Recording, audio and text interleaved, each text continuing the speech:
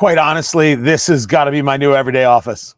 This is got to be it. This is perfect. The weather in Indiana right now, central Indiana, just north of Indianapolis, where I live, this is nuts. Welcome everybody to the Morning Rumble. It's actually the afternoon. It's just the way it worked out. Brought to you by Americans for Prosperity, AmericansForProsperity.org. Had tech issues this morning. And so I was like, all right, I'll hit it in the afternoon, but I'll still call it the Morning Rumble and everything will be fine. And then got so I kind of jammed it against something. So rapper's been coming up. It's a chef's edition from Davidoff 2021. So this is a San Andreas wrapper. They do a different version of this every year, every couple of years. But I love this. The San Andreas. It's Dominican in the phone. No, it's Ecuadorian in the wrapper. The binder is San Andreas and the filler is Dominican. But it's woody. It's almost a touch malty on this cigar. I love it, and I've had this now. Not a year, but I'd say 8 months, and I let him lay down, which means I just put him in my humidor and I left him there. And once a month, I take one, and I've been seeing tracking how it changes as it's been able to lay down, as it's been able to sit in the humidor, which is something I think is really and truly important to do. It's been lovely, people.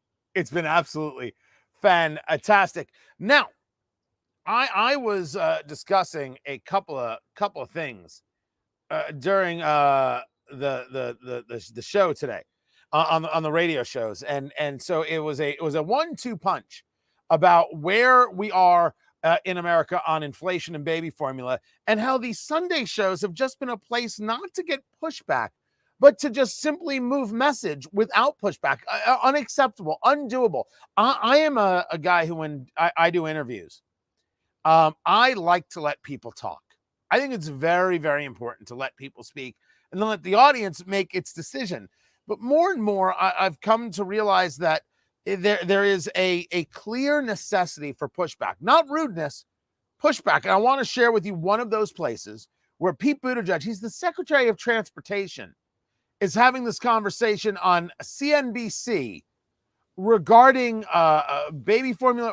Actually, this one was about inflation and Jeff Bezos. Now, if you don't know Jeff Bezos, Amazon and the Washington Post, so Jeff Bezos put out a tweet saying, the White House is putting out disinformation here. You need to tax corporations to bring down inflation. What are you even remotely talking about that you would think you need that? Well, it got asked of him, and check out this answer.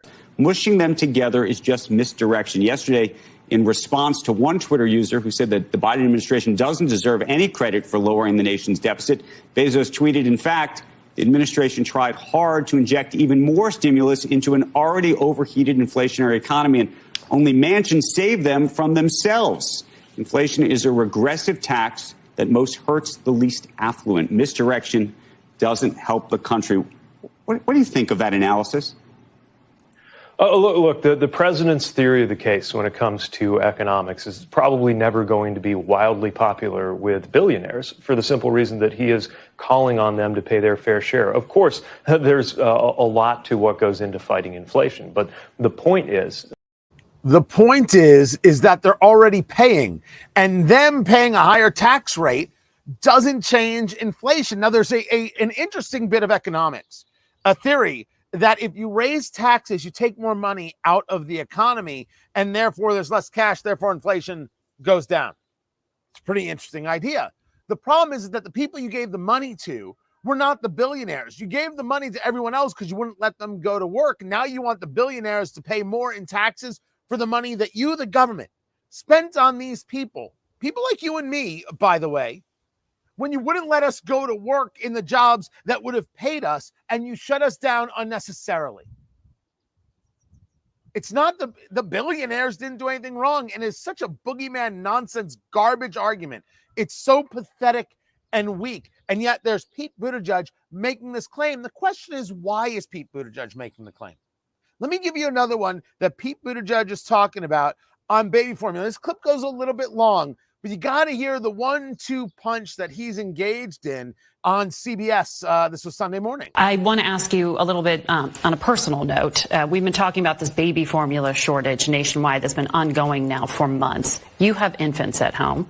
Do you have problems getting hold of formula? Yeah, this is very personal for us. We got 2 9-month-old children. Baby formula is a very big part of our lives. And like millions of Americans, we've been rooting around stores, checking online, getting in touch with relatives in other places where they don't have the same shortages to see what they can send over. And we figured it out. We're all set, at least for now. But I think about what that would be like if you're a shift worker with 2 jobs. Maybe you don't have a car. You literally don't have the time or the money to be going from store to store. That's why this is such a serious issue. And that's why it's getting attention at the highest levels, including, of course, direct involvement by the president. Well, and this is going to be an issue Congress takes up this week. I know the president said more action's coming, but this has been ongoing for months. There were supply chain issues already. Then you have the issue with this one plant, Abbott, whistleblower in September, February, the recall.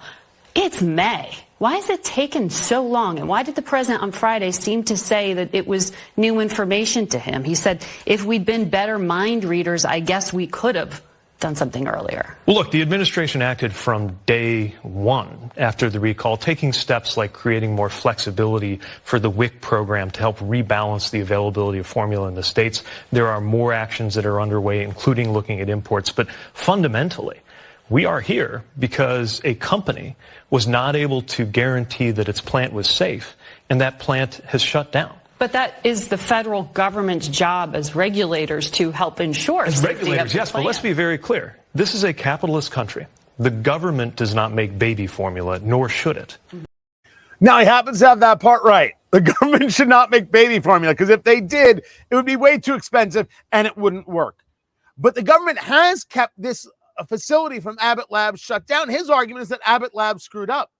Abbott will tell you that they've done all the testing in the world, and the bacteria that led to 2 infants' deaths didn't come from their formula. And they say that the FDA reporting on this, study on this, shows that. The question is, why is the plant still shut down? Now, there's an even bigger conversation about what WIC does and this insanity of government in baby formula. Yes, too much government in baby formula. And of course, this idea that somehow Americans can't figure out how to do baby formula on their own. Now, I'm not saying that they should. I am telling you that they should check with their doctor. Of course, that's the rational course. But the idea that we didn't make baby formula on our own before it was on the shelves from Abbott or Nestle or one of the others, well, of course we did. The babies ate somehow. Let's not be silly people. There is no question that there was a problem. But how long does that problem need to go on? Allow them to continue to make baby formula, or open it up for 9 more companies to make baby formula. Government is a huge part of the problem here, a massive part of the problem here. That goes without saying. No, wait, maybe it has to be said. Maybe it totally had to be said. But Pete Buttigieg, he's got everyone to blame. Even when, I'm forgetting her name, Margaret, I can't remember her last name. She's saying the government was this and the government's that and the government's job here. Well, let's be clear. Our job isn't to make baby formula, and Abbott screwed up.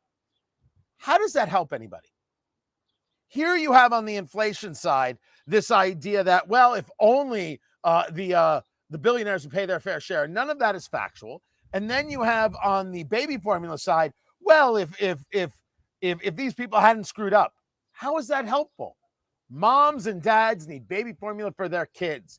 And all of us need inflation to go down so our dollar is worth more, and we need more goods that we can be purchasing and therefore selling.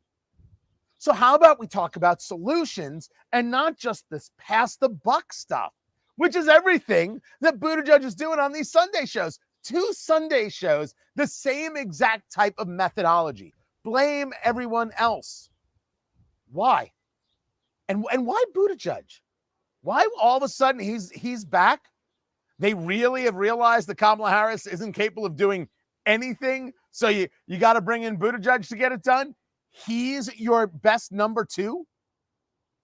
That is sad right there. Sad stuff. I thought it was interesting that they put him out there. There were some people commenting that you would have the possibility of of Elizabeth Warren and Bernie Sanders back in a presidential race. Is that real? Bernie Sanders, I mean, of course, what else is he going to do? But Elizabeth Warren is going to run for president and think that she's going to get votes? Well, she's a progressive stalwart. Well, she's totally prepared with facts and data. She doesn't often get flustered, but when she does, it's really, really, really, really, really bad. The bench is Elizabeth Warren, a woman who lied about being Native American. That's the bench. And by the way, I want to go back to something Pete Buttigieg said, because it struck me as odd. This is a capitalist country. I don't think he said that because he's proud of it. I don't know if I'm the only one who took it that way, but you go back and you check that out again. It's like, I think he thinks that's the problem. Maybe if we weren't a capitalist country, well, we'd all have baby formula. The idea that we have empty shelves is anathema to the American experience. It really is. It's not who we are. This is what we've seen during COVID, what we've seen over the last year and a half with this inflationary rise. This isn't who we are. This is obscene stuff. It grosses one out. It's gross. It's not American. It's not who we are. And we're seeing it all over the place. Does he think that if we were in a capitalist country, things would be better? I've got an Apple laptop. I've got a Sony camera. I'm not even sure where this lavalier mic is from. Would I be better off in a non-capitalist country? Do we think any of this gets created? I know. They built all this stuff in China. Well, not the Sony. They built the laptop in China. I get the problem. But they don't create anything. It all gets created outside of China. It takes real vision and real skill to do the creation. We just now have to do the manufacturing as well. But it was such a weird comment from him, and the way he laid it out, I was like, oh, that is not going to fly. That is not going to work right there. That's not being supportive of capitalism. That's saying, you see, capitalism, look what happened. No, it's too much government getting in the way and not allowing us to reopen the facility. Now, the whole thing of how we do baby formula is nuts. The whole thing about WIC, and you've got certain areas that get certain formula based on certain contracts. WIC is Women, Infants, and Children. It's a government program. This is ugly how we do this, and how only certain companies get the ability to even sell the formula. This is not right. This is going to require a serious, serious change in our society. I apologize for being late with the Morning Rumble today. It was afternoons today, but I did want to get it up to you. It was a series of technical problems, and well, I'm learning as I go on this, but I think we got some things figured out. And I got to admit, I think this camera's attractive. I mean, this is outdoor lighting. There's a little bit of shade here because it's a lovely tree. I think it looks good. Does it make me look thin? Just tell me it makes me look thin. I love you and I appreciate you here. And many, many thanks to Americans for Prosperity, AmericansForProsperity.org. They're the ones who help make this happen. We've got more of these videos. And of course, we're on Locals, TonyKatz.locals.com. I'm looking down at my laptop. That's what I've been looking down at right there.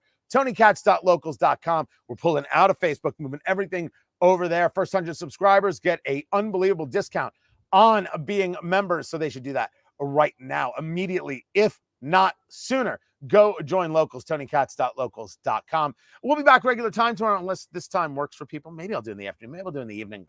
There are no rules. That's what I love. And I'll catch you guys tomorrow. Take care.